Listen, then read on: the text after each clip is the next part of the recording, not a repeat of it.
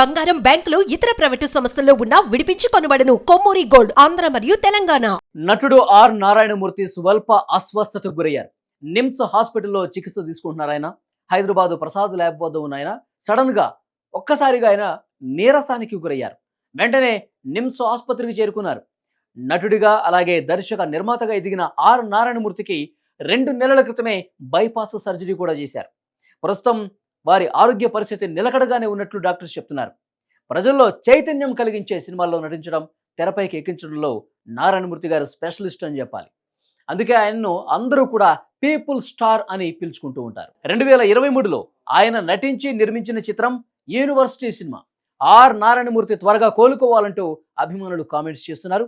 ఎందుకు ఒక్కసారిగా నీరసానికి గురయ్యారో డాక్టర్స్ కూడా చెక్ చేశారు. ప్రస్తుతం వారి ఆరోగ్య పరిస్థితి నిలకడగానే ఉంది, ఏం పర్లేదు, ఇబ్బంది పడాల్సిన అవసరమే లేదని చెప్పి డాక్టర్స్ చెప్పినట్టుగా తెలుస్తుంది. మరొక వైపు 2 నెలల క్రితమే సర్జరీ కూడా జరిగిన నేపథ్యంలో సో ఆ నీరసానికి దీనికి ఏమైనా సంబంధం ఉందా, ఈ టెస్టులు కూడా జరుగుతున్నట్టుగా తెలుస్తుంది.